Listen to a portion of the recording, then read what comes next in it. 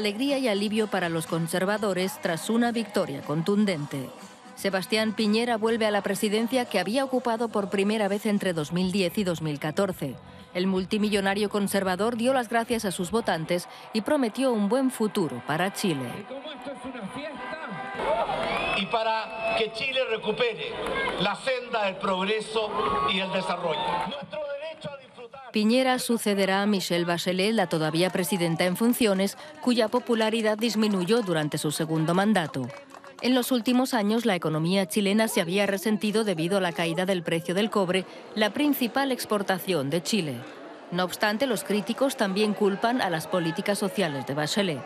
Piñera se posicionó como el candidato más adecuado para reactivar la economía, mientras su rival Alejandro Guillier representaba la continuación de los planes de Bachelet. El experiodista de centro-izquierda ha aceptado la derrota, pero se ha comprometido a defender las políticas de Bachelet, que incluyen educación gratuita y una mejor cobertura sanitaria. Tenemos que levantar nuestro ánimo y salir a defender las reformas en las que creemos. Con la victoria de Sebastián Piñera en Chile se afianza el actual giro de Sudamérica hacia la derecha. La Corte Suprema de Perú rechazó el recurso presentado por el expresidente Ollanta Humala y su esposa Nadine Heredia contra su encarcelamiento.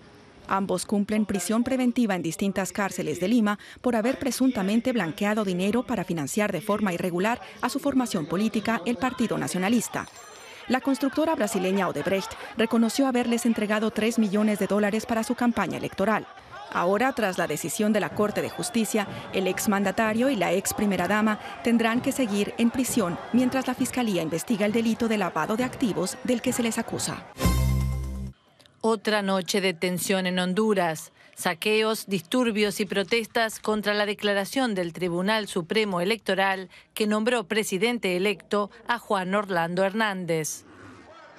Según el tribunal, Hernández obtuvo el 42,95% de los votos frente al 41,24% de Salvador Nasralla, el candidato de la Alianza de Oposición contra la Dictadura. Este partido expresó su rechazo al escrutinio oficial. Rechazamos absolutamente la declaración del Tribunal Supremo Electoral.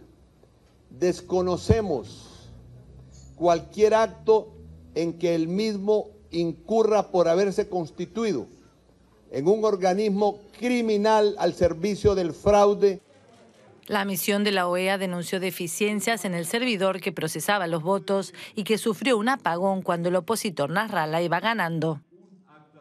La MOE considera que ha observado un proceso de baja calidad electoral y por ende no puede afirmar que las dudas sobre el mismo estén hoy esclarecidas. El secretario general de la OEA, Luis Almagro, propuso celebrar nuevos comicios con un tribunal electoral que tenga capacidad técnica y que goce de la confianza de la ciudadanía y de los partidos políticos.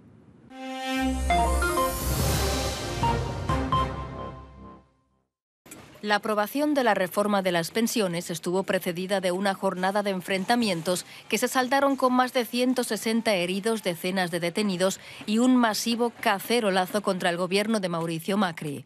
Desde el oficialismo se responsabiliza a la oposición de haber atizado los disturbios para paralizar el debate parlamentario. En virtud de la reforma, las pensiones se incrementarán menos. El gobierno espera obtener así un ahorro de más de 5.600 millones de dólares en 2018. Gran parte de ese dinero estaría destinado a aliviar las economías de las provincias y a pagar deudas a acreedores extranjeros. Dicen que no saben de dónde sacar la plata. La plata sí se puede sacar. La plata se puede sacar de las retenciones. La plata se puede sacar del juego, la plata se puede sacar de la timba y de muchos lados más.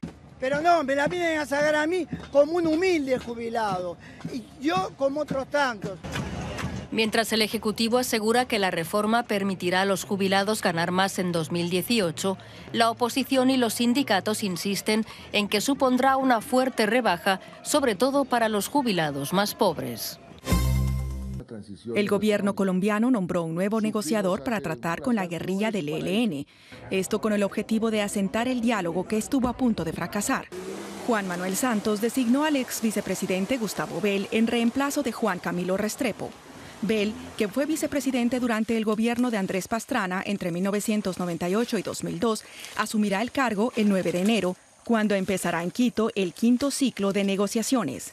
El ELN expresó a través de Twitter que el nombramiento de Bell es un cambio positivo y que espera que sea un impulso hacia una paz con transformaciones de fondo.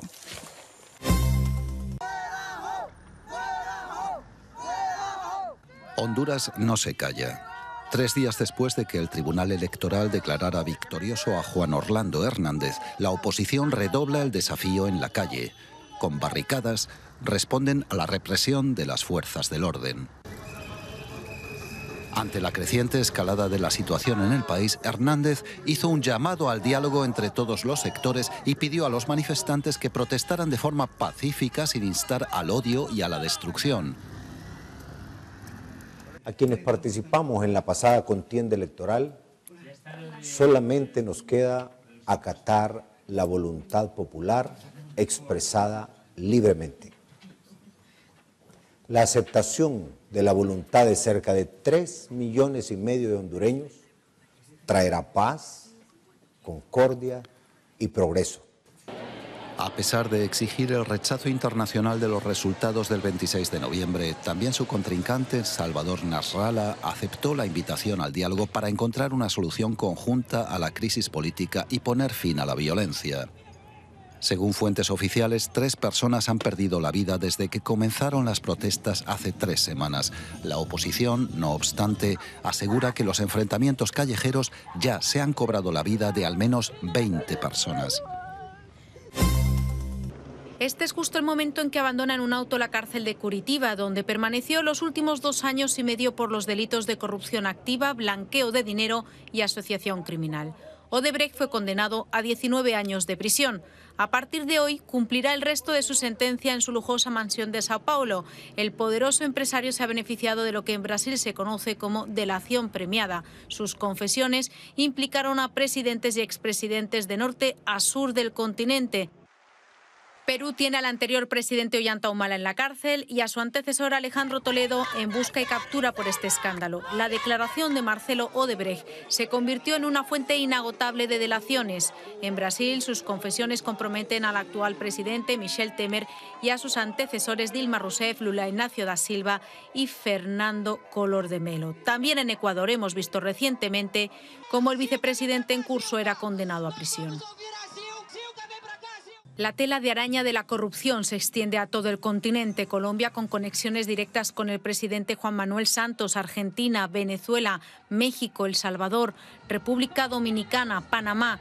El patriarca Emilio Odebrecht, durante el proceso judicial, reconoció que el pago de sobornos era algo habitual en la empresa, pero su hijo Marcelo profesionalizó los pagos creando un departamento llamado Operaciones Estructuradas para garantizarse que todo estaba controlado y se canalizaban las operaciones. Llegó a comprar un banco en el paraíso fiscal de Antigua y Barbuda.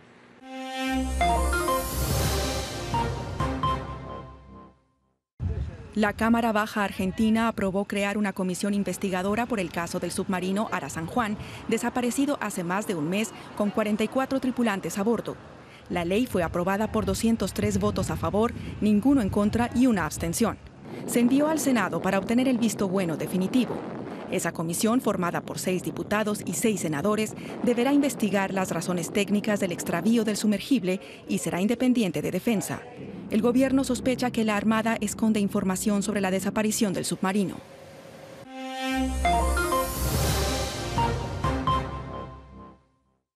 El presidente cubano Raúl Castro dimitirá en abril de 2018, una vez que se haya elegido su sucesor.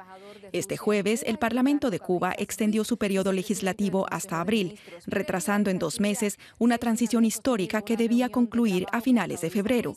La decisión se debe a la situación excepcional que vive la isla tras el impacto el pasado septiembre del huracán Irma, que provocó graves daños y retrasó de octubre a noviembre el inicio del cronograma electoral. Los Castro gobernaron durante casi 60 años. La Corte Constitucional de Ecuador aprobó el juicio político contra el vicepresidente Jorge Glass, aceptando así el pedido de la Asamblea Nacional. En 10 días, la Cámara Legislativa procesará las pruebas de cargo y someterá a moción de censura la destitución de Glass. La apertura de juicio político sucede apenas una semana después de que la Corte Nacional de Justicia lo sentenciara a 6 años de prisión por enriquecimiento ilícito. El juez rechazó este jueves el pedido de suspensión condicional de ejecución de la pena impuesta. A Glass se le acusa de haber aceptado sobornos de la constructora brasileña Odebrecht, un escándalo de corrupción que ha salpicado a los políticos más influyentes de América Latina.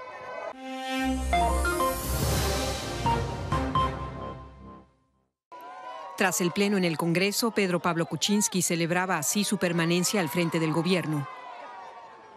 El presidente peruano se defendió antes de la votación, afirmando que no estaba en juego su puesto, sino la estabilidad democrática del país. Finalmente, la moción de vacancia promovida por la oposición solo logró 79 votos de los 87 necesarios. La bancada del izquierdista Nuevo Perú jugó un papel decisivo. Los congresistas se retiraron en bloque antes de la sesión. También se produjo la sorpresiva abstención de 10 legisladores cercanos a Kenji Fujimori. Antes de la votación, cientos de peruanos habían marchado por las calles de Lima en protesta por la corrupción. La ira de los manifestantes no solo iba dirigida contra Kuczynski. Esta corrupción no solamente es de PPK y su banda, es de Keiko y de otros congresistas más. Sin excepción alguna, todos son corruptos. Revés para el opositor Salvador Nasralla en Honduras. El Departamento de Estado estadounidense felicitó al presidente Juan Orlando Hernández por su victoria electoral y dio por legítimas las elecciones en ese país centroamericano.